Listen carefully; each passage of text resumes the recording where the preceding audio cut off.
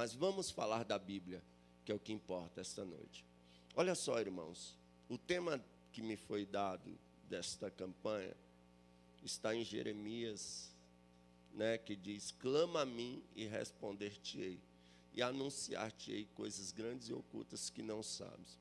E eu quero falar sobre um clamor de um homem que restaurou uma nação. Amém? Glória a Deus. Neemias, ele era copeiro do rei Artaxerxes. E a Bíblia diz que, estando ele na fortaleza de Suzã, veio um de seus irmãos, chamado Anani, e ele questionou a esse homem: como é que estão os judeus que restaram? Como é que está Jerusalém? Como é que está a cidade que os meus pais foram sepultados? Só que as notícias não foram boas. Aleluia. Ele disse que os poucos judeus que restaram, aleluia, estavam vivendo em uma situação de miséria. E a grande fortaleza, Jerusalém era uma fortaleza, Jerusalém era uma grande potência, foi uma cidade bem estratégica, foi um ponto bem estratégico que Davi escolheu para tornar a capital de Israel. O que acontece? Jerusalém estava com os seus poderosos muros rachados, as portas dos muros queimadas a fogo, e a situação do povo era de grande miséria, era de grande tristeza. Sobrou alguns poucos judeus, aleluia, mas eu louvo a Deus, porque quando eu leio a Bíblia de ponta a ponta, eu vejo que Deus nunca gostou de trabalhar com muitos. Deus sempre teve negócio com poucos, aleluia. Muitos eram os que estavam habitando a terra de Canaã. Eram diante deles a gente, os filhos de Israel, como formigas, como gafanhotos, melhor dizendo, e eles como gigantes, mas a promessa estava sobre os poucos. Aleluia, louvado seja Deus. A Bíblia diz que muitos são chamados e poucos são escolhidos. A Bíblia diz que muitos passarão pelas portas largas e poucos passarão pela porta estreita. A Bíblia diz que Deus foi separando o povo, aleluias, através de Gideão, até ficar só 300, e com aqueles 300 Deus deu grande vitória. Então, Deus sempre teve negócio com poucos. Ficou poucos judeus em Jerusalém, nos dias de Neemias. O povo foi assolado, foi terrivelmente levado ao cativeiro. E quando Neemias ouve essas palavras de tristeza, que haviam poucos judeus que restaram, e estes estavam vivendo em situação de miséria, os muros de Jerusalém todos rachados, as portas queimadas a fogo, veio uma profunda angústia em seu peito, em seu coração. Muito lhe causou tristeza. Aí a Bíblia diz que Neemias, ele decide fazer algo por sua nação. O que é? A Bíblia diz: então eu orei ao Deus dos céus. Eu clamei ao Deus dos céus. Eu jejuei, estive em jejum, em oração diante do meu Deus. Aleluia. E quando ele foi servir ali o vinho para o rei notou que ele estava triste. A angústia de espírito, ela não dá para disfarçar. A tristeza de espírito, não tem como a gente, aleluia, se alegrar estando angustiado de espírito. Está estampado em nosso rosto. A gente pode até dizer que está bem, mas a grande verdade é que não estamos bem. Aquela mulher, quando seu filho morreu, nos dias de Eliseu, ela vem, alguém pergunta: vai tudo bem? Ela diz: vai tudo bem. Mas quem fez a pergunta sabia que não estava nada bem. Não tem como estampar alegria no rosto estando com um filho morto. A profunda angústia é demais. A Bíblia Sagrada diz que Ana estava angustiada de espírito enquanto ela orava. Mas quando o sacerdote liberou uma palavra, ela se levantou dali e a Bíblia diz que o semblante dela já não era mais de tristeza. Tem dia que não dá para glorificar. Tem dia que não dá para dizer glória a Deus, muito menos aleluia. Tem dias que as lágrimas falam pela gente. Tem dia que a gente vem se arrastando. Ô glória, eu estava falando ontem ainda, antes de ontem ainda, em uma pregação, que os filhos de Israel, quando foram levados cativos no cativeiro, junto aos rios da Babilônia, eles se assentam e choram, e nas árvores que tinham lá, eles penduram suas harpas. Por que eles penduram suas harpas? Porque não dá para cantar, não dá para tocar nos dias de dificuldade, nos dias de profunda angústia. O máximo que sai é lágrima, mas nós temos um Espírito que intercede diante de Deus com gemidos inexprimíveis. E eu dizia, eles penduraram as suas harpas. Nós podemos pendurar as harpas, enterrar elas de maneira nenhuma, jogar elas fora de maneira nenhuma. Nos dias de angústia, nós podemos e temos o direito de ficar calados, angustiados, tristes, em lágrimas, sem conseguir adorar, sem conseguir dar um brado de glória, de aleluia. Mas o que nós não podemos é enterrar o talento. Espera a prova passar, vai lá e pega a harpa de volta e canta, porque, aleluia, uma hora o inverno passa, a chuva cessa e se vai, e o tempo de cantar sempre chega na vida de quem chora na presença de Deus. Então nós temos até o direito de pendurar a harpa, joga ela fora de maneira nenhuma.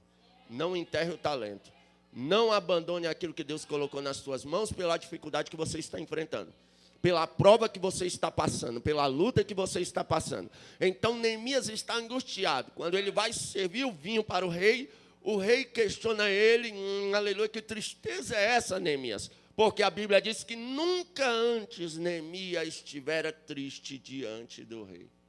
Até porque ser copeiro do rei era um cargo de excelência, era um dos maiores cargos que tinha ali.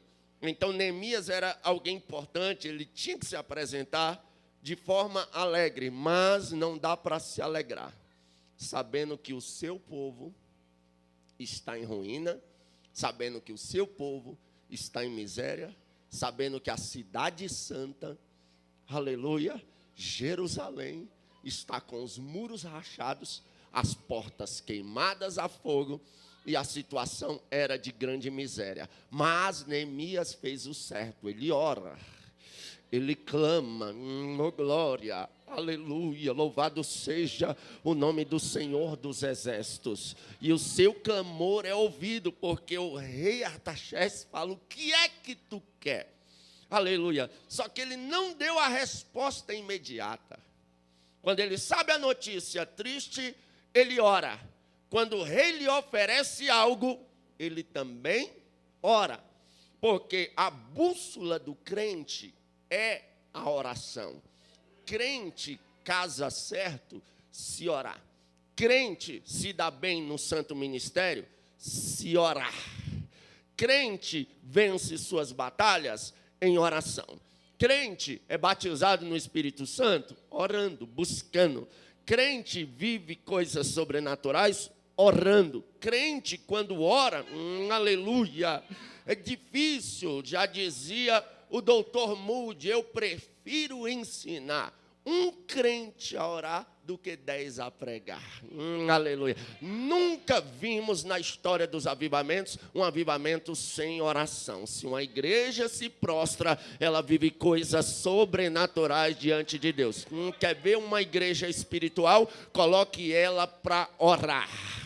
Aleluia, está desconfortável. Os cultos estão frios, não são mais como antigamente. Dobra o joelho para ver se o céu não se abre novamente. Aleluia. O povo pecou, está todo mundo em pecado. Simples, se o meu povo que se chama pelo meu nome se humilhar e orar, então eu ouvirei dos céus, perdoarei os seus pecados e sararei a sua terra. Aleluia. A oração é a base de tudo. Ô glória, um crente é forte quando ele ora. Por quê? Porque orando ele revela suas fraquezas diante de Deus. Deus se alegra com isso e a alegria do Senhor é a nossa força. Então Neemias ora antes de dar resposta ao rei. Se Deus falasse, não tem reconstrução, não tem nada para... ele não levaria o plano à frente. Mas ele ora a Deus. E depois de orar, ele fala, se me permite, Senhor, deixa eu ir até Jerusalém, aleluia, reconstruir os muros da cidade que os meus pais estão sepultados, aleluia, e me dê cartas para que eu possa passar. Me ajude, dê ordem lá a Asaf para que me dê a madeira necessária para me colocar lá nos portais. E assim o rei permite. Neemias entende que a mão do Senhor é favorável sobre ele. E ele, então, começa o plano de reconstrução. Ele vai para Jerusalém. E quando ele chega em Jerusalém, primeiro ele dá uma volta sem falar nada, sem explicar o plano que ele tinha para ninguém.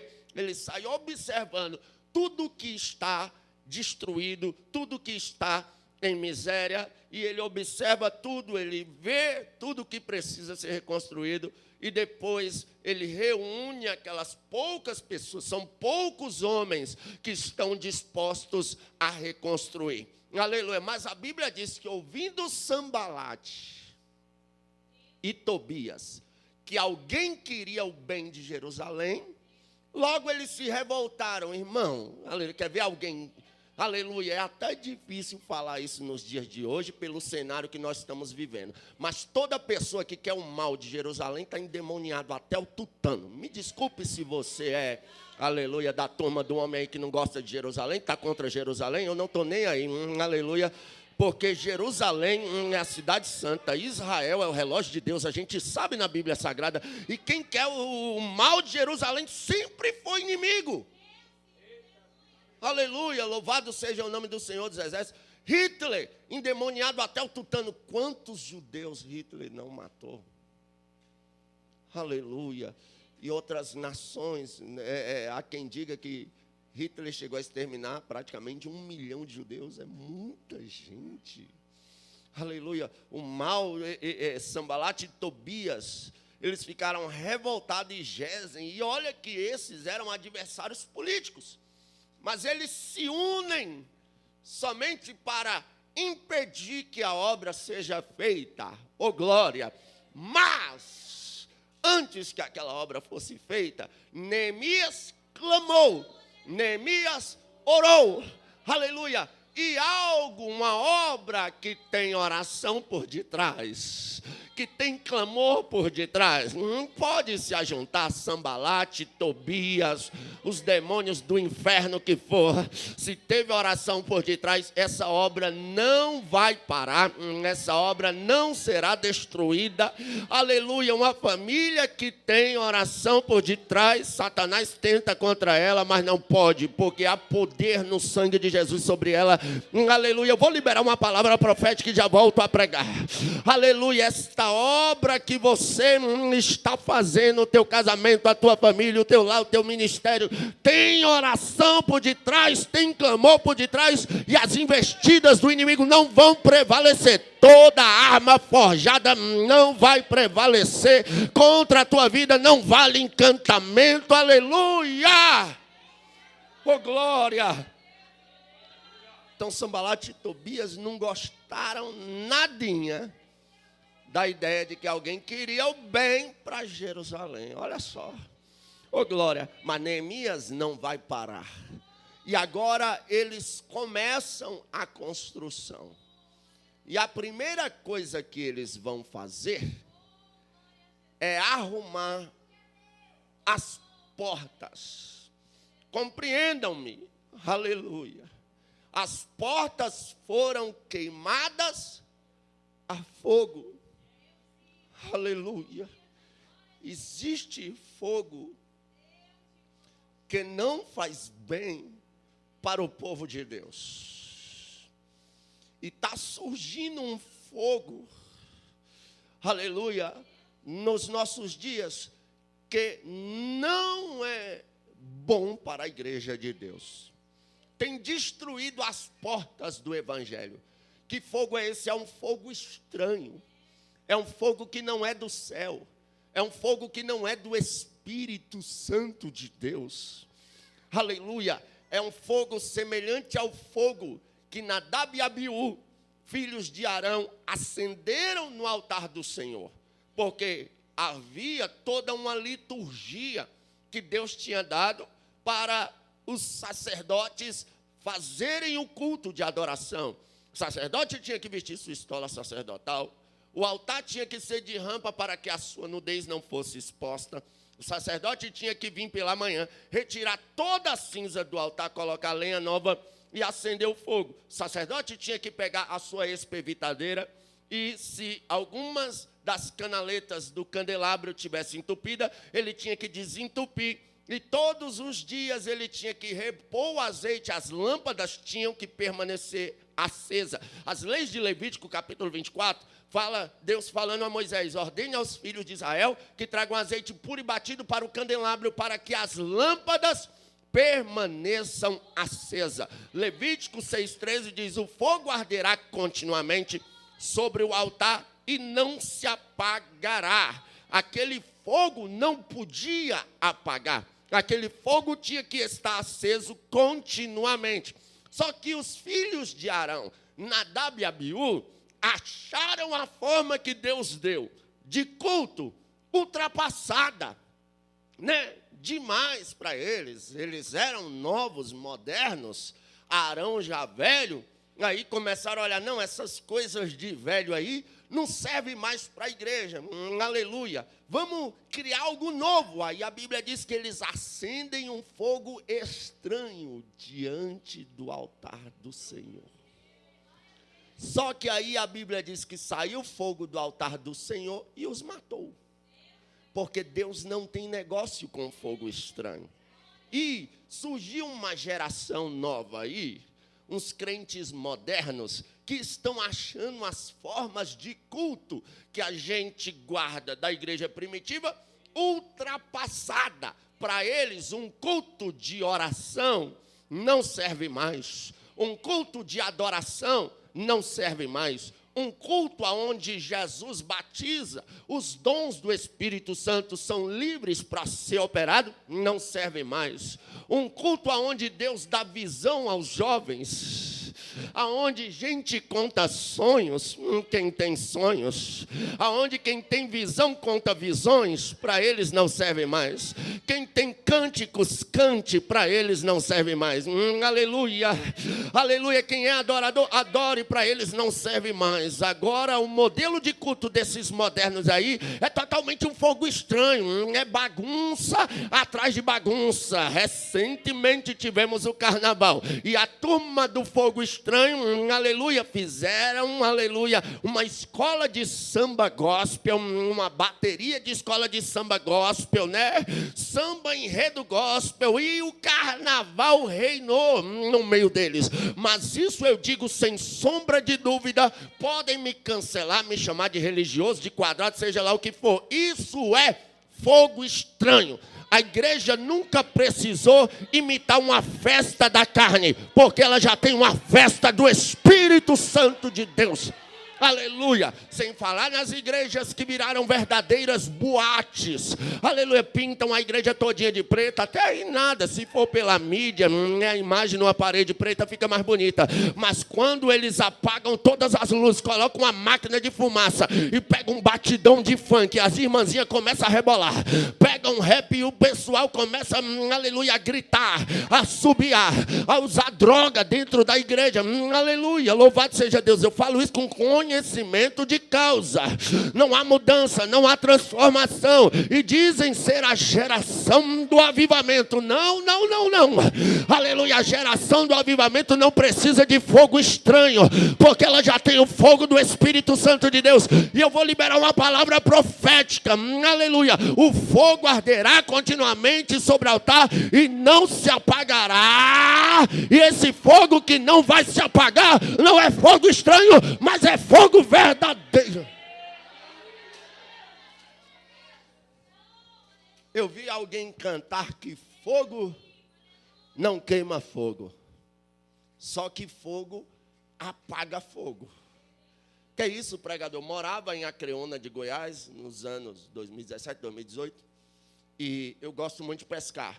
E lá é uma região de muita plantação de cana. Quem vai lá sabe, aquela região, Acreona, Rio Verde, se planta muita cana, e no meio das canas tem as represas, e a gente ia pescar lá direto. E lá, de vez em quando, pegava fogo na cana. E o fogo na cana, irmão, ele sobe muito alto e se alastra muito rápido. Aí eu via a equipe da usina Nova Galha lá, um dos vice-pastores, nosso pastor André, até o nome dele também, ele era da equipe de fogo, de apagar fogo da usina Nova Galha. Aí eles chegavam lá com um caminhão lá, rapidamente eles controlavam e apagavam o fogo. Eu fiquei curioso, eu falei, pastor André, como é que vocês conseguem apagar o fogo de um canavial em menos de 15 minutos? Ele disse, Gabriel, a gente apaga fogo com fogo. Eu falei, como? Explica essa parábola aí. Ele disse assim, não, a gente vai ao contrário de onde o fogo está vindo. Ele falou, você pode reparar que nos canaviais tem as valas no meio deles. A gente toca fogo daqui para lá. Aí o fogo daqui encontra com o de lá e apaga ele. Aleluia. E isso é o que eu aprendo. Se o fogo falso está prevalecendo, é porque está faltando fogo verdadeiro. Aleluia. Mas vai se levantar uma geração. Ela é calabara choremantuia, que tem fogo verdadeiro nas mãos. Oh glória, aleluia. E se Deus tem bradado algo forte no meu coração, pastor André, aleluia. Nos dias que eu aceitei a Jesus em 2006, eu ainda via jovem orando, passando horas de madrugada de joelho, querendo ser avivalista, querendo ser missionário, querendo ser pastor, querendo ganhar alma. Mas se levantou uma geração moderna que só quer saber de faculdade, e não é errado fazer faculdade, só quer saber de ganhar dinheiro, não é errado ganhar dinheiro, só quer saber de ser empresário, não é errado ser empresário, mas se falar em ser esposa de pastor, ela fala, está repreendido em nome de Jesus. Se falar em ser pregador do evangelho, não é para mim, não, fugindo do chamado. Uma geração que tem vergonha até mesmo da presença de Deus, mas Deus tem falado algo comigo. Se essa geração nova não quiser, eu tenho reservista, eu tenho a velha guarda, e a velha guarda, mesmo cansado, mesmo de cabelo branco, ainda tem a minha palavra nos lábios, mas eu creio que não vai precisar. Se depender de nós aqui, a velha guarda vai só dar cobertura, porque nós vamos avançar e o fogo vai pegar.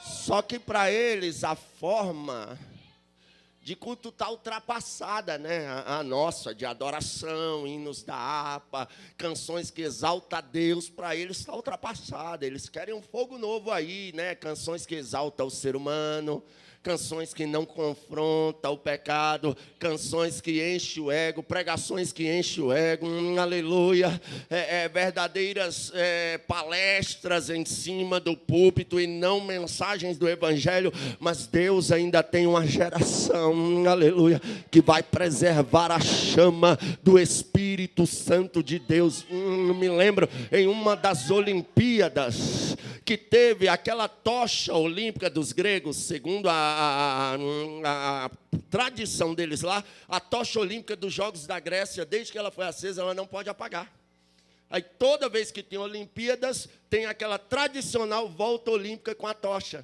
Aí passa de atleta para atleta e a tocha não pode apagar. E eu me recordo, eu vi uma reportagem, passar a tocha para um atleta cadeirante. E em algum momento da trajetória daquele atleta cadeirante, ele deu um negócio lá e ele caiu no chão. Mas uma coisa me chamou a atenção, ele se esborrachou no chão, mas ele não deixou a tocha apagar. Ele segurou a tocha.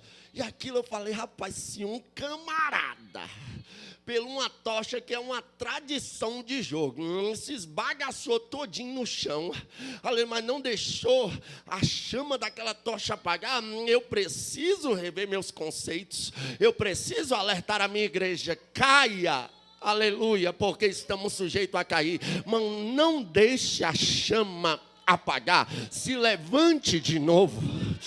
Oh glória, a bandeira é cala, chora, oh glória, se arraste, mas não deixe essa chama se apagar. Oh glória, porque o fogo estranho está destruindo portas, mas Deus está levantando uma geração que tem fogo verdadeiro nas mãos, tem fogo verdadeiro nos pés, tem fogo verdadeiro nos lábios, que são verdadeiras tochas ambulantes. Oh glória. Aí o que acontece? As portas estavam queimadas a fogo. E nem todo fogo faz bem para Jerusalém. Mas Neemias vai restaurá-las. E a primeira tocha que ele vai restaurar, Neemias 3, versículo 1, é a porta do rebanho. A primeira porta que Neemias vai restaurar é a porta do rebanho. Depois ele parte para a porta dos peixes e tem várias portas que ele restaura. Eu quero destacar 3 delas aqui. Primeiro, a porta do rebanho. Segundo, a porta dos peixes. Terceiro, a porta das fontes. A primeira porta que ele restaura é a porta do rebanho. Já dizia um grande pensador, aleluia, não se faz congresso para avivar a igreja. Se faz congresso para celebrar o avivamento que tem. Se a igreja não é avivada, nem congresso deve fazer. Então, a primeira porta que é restaurada é a do rebanho. Porque se o rebanho não tiver restaurado, se o rebanho não tiver avivado, se o rebanho não tiver com a vida diante do altar, em dias, se o rebanho tiver frio, como é que nós vamos fazer festa? Como é que nós vamos celebrar? Como é que nós vamos fazer campanha? Primeiro, o rebanho tem que ser restaurado. Primeiro, o rebanho tem que estar aquecido em Deus. Primeiro, o rebanho tem que estar alimentado em Deus. Oh, glória! E a porta para o rebanho, oh, glória! Jesus disse, eu sou a porta. Oh, glória!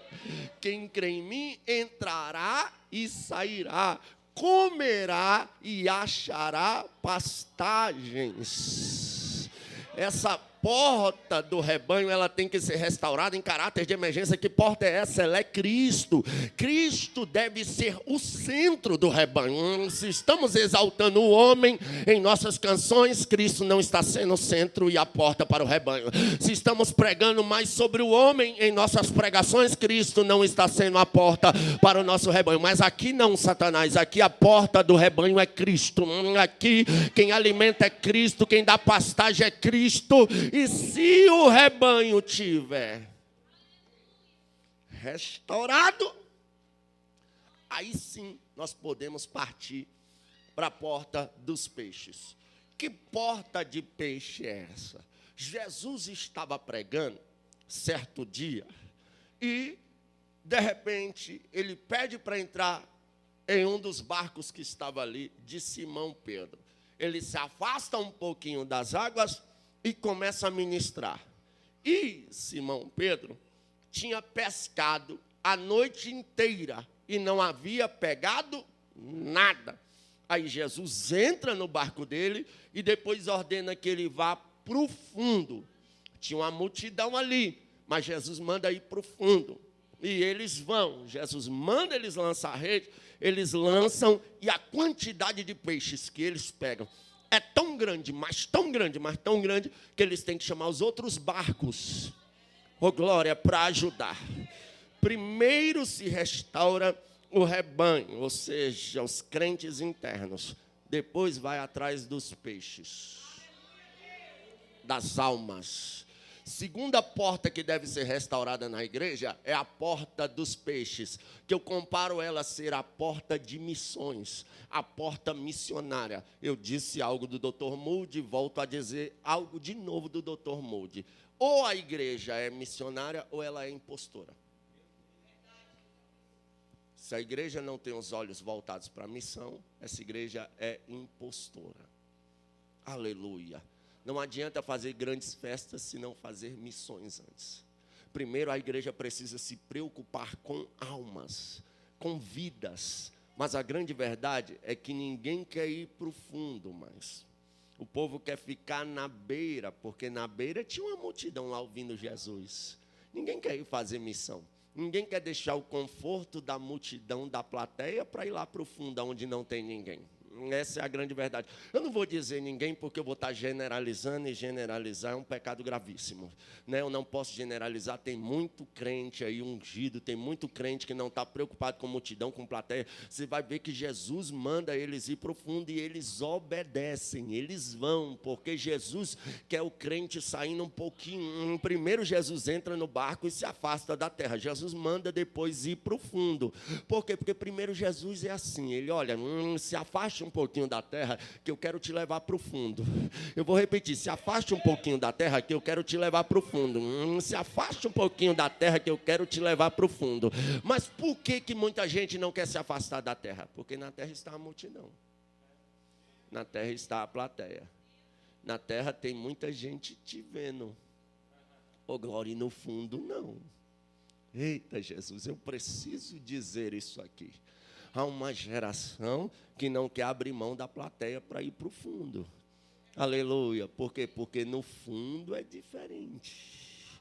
No fundo é só a gente e Jesus. E aqui na terra, às vezes, é só a gente e a multidão ali. E detalhe, convenhamos, multidão é bom. Quem é que não quer ter bastante seguidores? Quem é que não quer ter um público grande lhe seguindo, né, ouvindo suas pregações, os seus louvores? Só que a vida não se baseia nisso. Tem hora que a gente tem que deixar o público. Até porque tem gente que não vai para o fundo para não abrir mão do público. Eu vi alguém dizer certa feita, eu não prego Bíblia porque não dá engajamento, não dá seguidores. Então, aleluia, eu não quero ir para o profundo, eu não quero me aprofundar nas escrituras, porque não dá seguidores.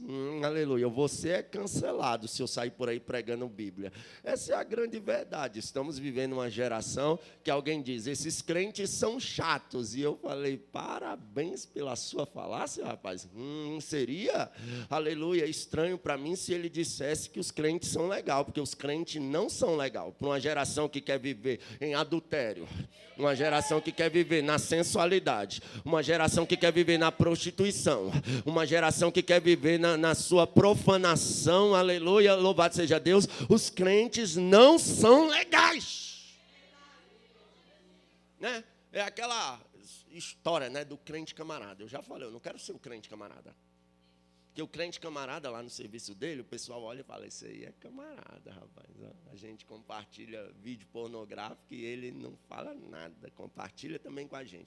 A gente conta piada imoral, ele conta também. A gente mente, ele mente também. A gente pega as meninas, ele pega também. É o crente camarada. Esse crente é legal, cara. Não é aqueles crentes chato, enjoado, quadrado. Eu prefiro ser o crente quadrado. Eu não quero ser o crente camarada. Agora tem um porém. Quando o negócio estreita, eu duvido eles pedirem oração para o crente camarada. Não pedem, porque eles não acreditam que o crente camarada seja crente. Eles vão atrás do crente quadrado. Aleluia, porque eles sabem que esses aí têm intimidade com Deus. Seja chato mesmo, jovem, lá na tua escola. Seja ridicularizado, seja cancelado, seja zoado pelos homens. Mas seja, aleluia, querido por Deus, abraçado por Deus. Isso é o que importa. Aleluia, eu morei um período na minha vida aqui no Recreio da Barragem, Águas Lindas. E eu tive a oportunidade de pedir perdão a um jovem. Pense num jovem crente. Pense num menino crente. Aleluia. E esse menino, rapaz, era ele e uma moça que era crente. Os dois eram crentes de rachar. Eles davam um testemunho de crente, assim, pela forma de se vestir, pela forma de falar, pela forma de tratar a gente. Mas, irmão, eu zoava tanto desse rapaz. Rapaz, eu pegava pesado mesmo com ele e com ela. Nós fazia bolinha de papel e tacava na cabeça deles. Aleluia, louvado seja Deus. E eu tive o privilégio de encontrar com ele. Eu falei, pelo amor de Deus, me perdoa. Ele, que foi, cara? Eu falei, cara, eu enchi teu saco demais naquela época e agora eu sou crente também. Ele falou, nossa, eu orei tanto pela tua vida naquela época. Aleluia. Não é fácil ser cristão no meio desse mundo aí. mas vale a pena. Eles nunca brigaram comigo, nunca me repreenderam, nunca falaram nada, aguentavam tudo calado. Eu lembro um dia eu fiquei com dó da menina, de tanto que ela chorou depois da gente tacar um monte de bolinha na cabeça dela. Mas eu sofri tanto depois, irmão, que quando eu virei crente, eu falei, meu Deus, agora está explicado porque que eu sofri tanto. Eu mexer com os ungidos, e mexer com crente é um perigo. É melhor você mexer com qualquer outro tipo de coisa do que mexer com um servo de Deus autêntico. Então seja chacoteado na escola, mas permaneça fiel ao propósito. Deixa olharem para ti e falar, rapaz, 18 anos e ainda virgem, pois é, com muito orgulho, porque eu vou casar com uma mulher de Deus que Deus vai mandar. Aleluia, louvado seja Deus. Você está aí, não se veste bem, não se arruma, não é bonita. Não sou bonita para você, mas para o meu povo eu sou linda, eu sou bela. Então, pelo amor de Deus, não abra mão de princípios. Aleluia, louvado. Não importa se você vai ser cancelado. Aleluia. O importante é o fundo aonde você vai estar, que pode não ter uma multidão lá, mas Jesus vai estar no teu barco. Oh, glória. Agora o que me chama a atenção é que no fundo não tinha.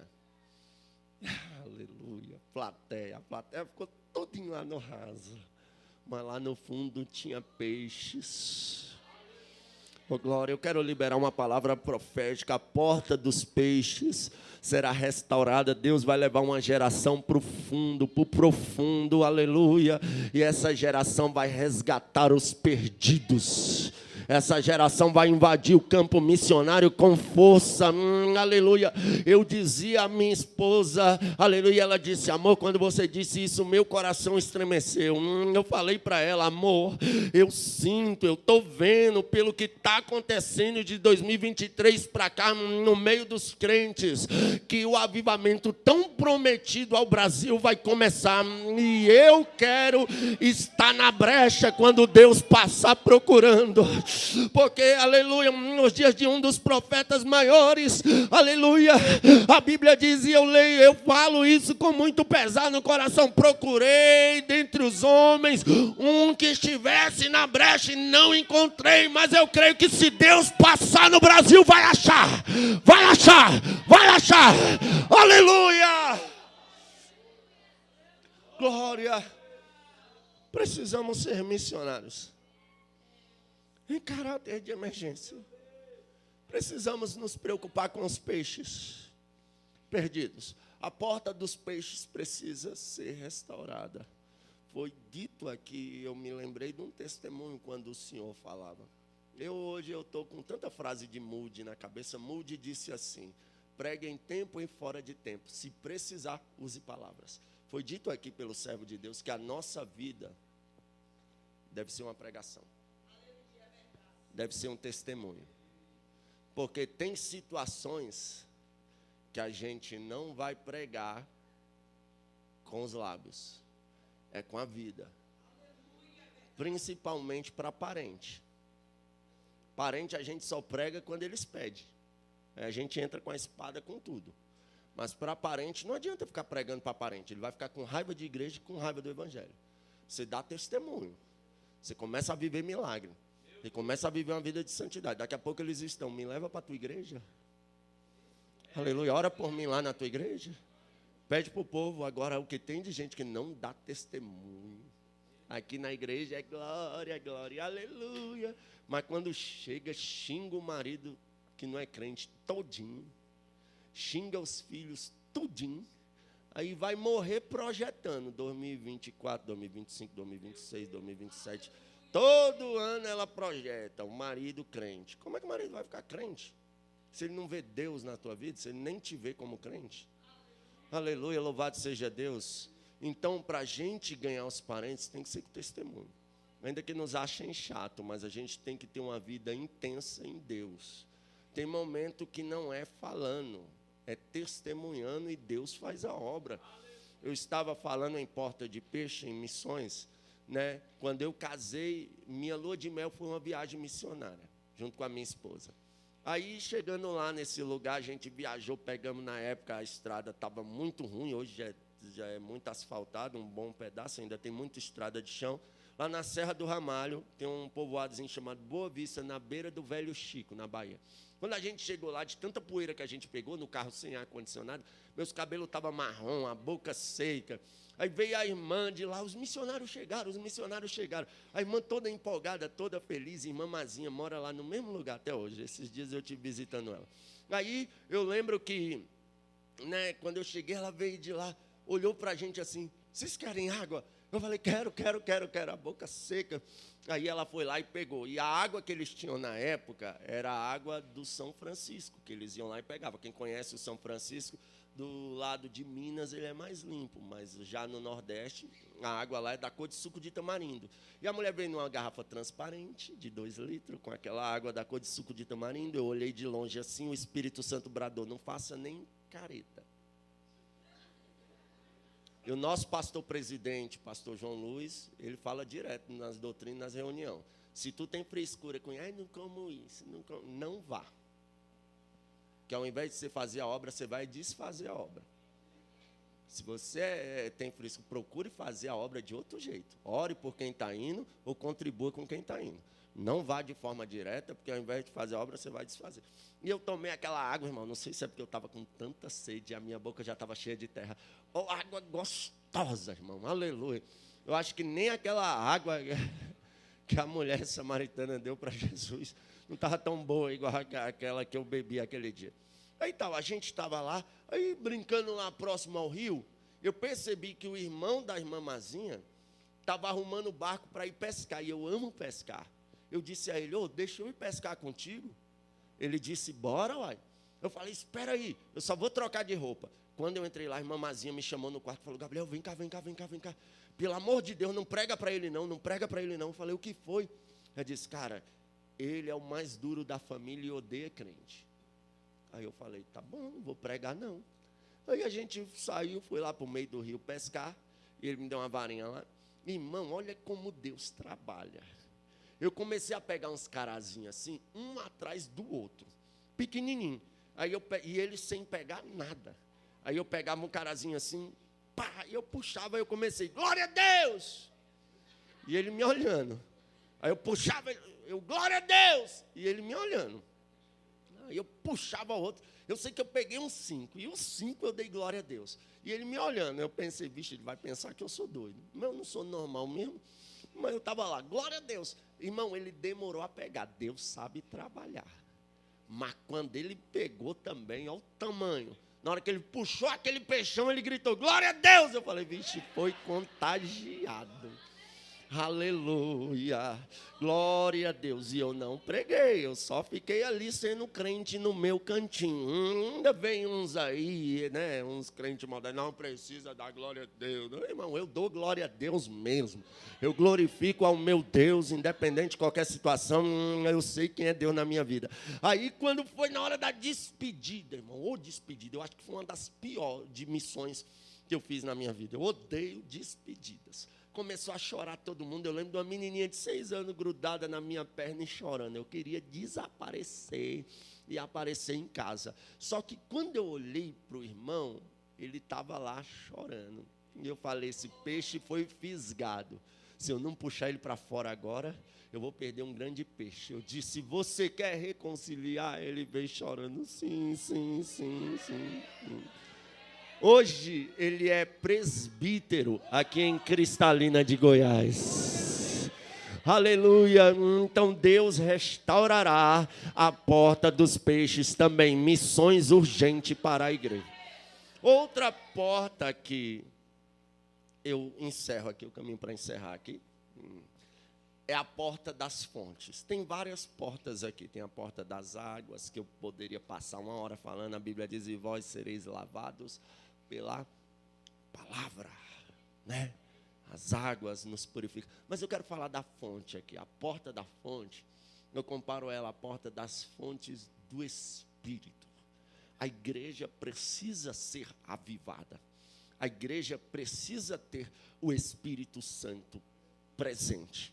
Nós vamos ver na história da igreja primitiva que aonde eles iam fazer a obra, eles ficavam lá até Jesus batizar as pessoas com o Espírito Santo. Quando Jesus batizava, eles saíam de lá e iam, porque eles tinham convicção que agora o Espírito Santo ia cuidar. Nós estamos transferindo a responsabilidade que é do Espírito Santo para as denominações, para os pastores, para os líderes. Aleluia. As denominações, os obreiros, os líderes, os dons, é para a gente admoestar uns aos outros, ensinar uns aos outros, edificar a nossa fé, né? É para isso que serve. A igreja está aqui para discipular. Agora, a obra redentora, quem faz é o Espírito. Se você pega a história da Assembleia de Deus, a qual nós estamos hoje fazendo parte, aleluia, você vai ver que os fundadores dela, a maior preocupação deles era que as pessoas fossem cheias do Espírito, porque não existe salvação sem o Espírito. Oh glória, a igreja precisa voltar a priorizar o Espírito Santo no meio dela, e os crentes devem buscar o batismo no Espírito também, porque o batismo é um revestimento de poder, porque muita gente está indo fazer a obra, não está aguentando, porque está só vestido, mas nós temos que se revestir. A igreja precisa ser cheia do Espírito Santo de Deus, aleluia. Paulo, a preocupação dele em Éfeso foi com o Espírito. Vocês já receberam o Espírito Santo quando creram? Não, nós nem ainda sabemos que há o Espírito Santo. Então ajoelhem-se aí. E Paulo põe as mãos na cabeça dos 12 e eles são batizados pelo Espírito Santo e começa a falar em outras línguas e profetizar.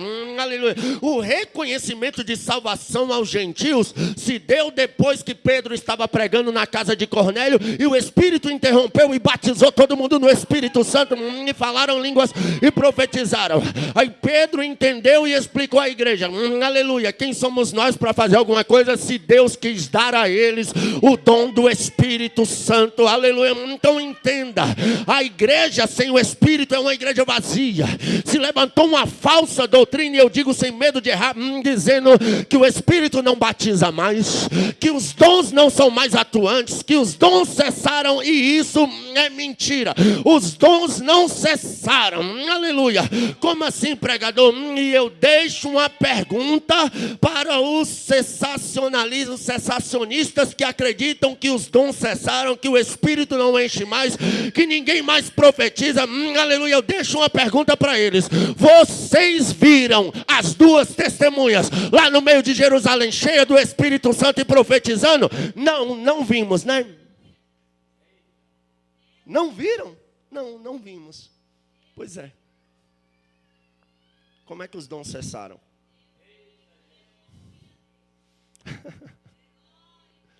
Pesado, não é isso? Eles dizem que os dons cessaram, mas eles não viram as duas testemunhas cheias do Espírito Santo e profetizando. Os dons não cessaram, eles ainda vão ser cheios lá e vão profetizar, como os pentecostais são cheios e profetizam hoje. Louvado seja o nome do Senhor dos Exércitos. Mas eles usam uma desculpinha, no meio dos pentecostais é que acontece maior bagunça. Não é de hoje. Qual era a igreja mais pentecostal que tinha? Corinto. A igreja que mais tinha dons no meio delas e era a mais bagunçada. Né? Os pentecostais, infelizmente, se vê uma bagunça maior. Mas olha para os pentecostais também. O número deles é bem maior.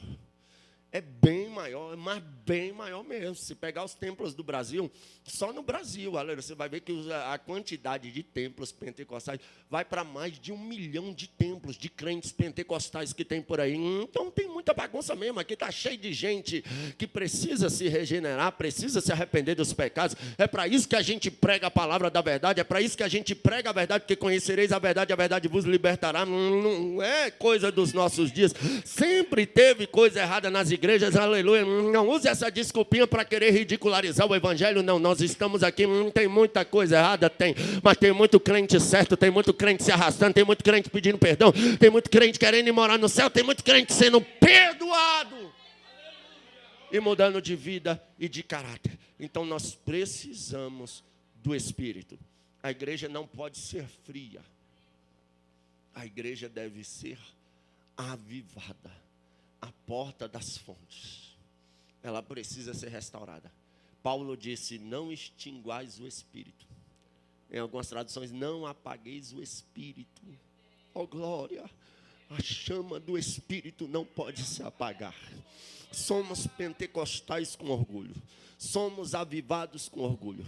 Cremos nos dons do Espírito Santo com orgulho. Viveremos um avivamento com orgulho. Mas se os dons funcionam, por que não acontece tanto milagre igual nos dias de antes? Porque a porta do rebanho não foi restaurada ainda. Porque depois que for, isso aí vai ser milagre, é coisa que crente vive. Normalmente, a minha vida é uma vida, se eu for parar para contar milagre aqui, vira vigília. Eu viro uma noite aqui contando milagres que Deus fez na minha vida. Mas eu estou falando dos milagres assim que aconteciam. Irmão, Deus nunca teve interesse maior em fazer milagre do que salvar. Nunca, nunca. O dia que a igreja entender que prioridade é salvação, milagre vai ser as demais coisas no meio da gente. Vai ser coisa normal. Como assim, pregador? Lembra quando desceram um paralítico? O que Jesus disse? Perdoados estão os teus pecados. Depois curou ele.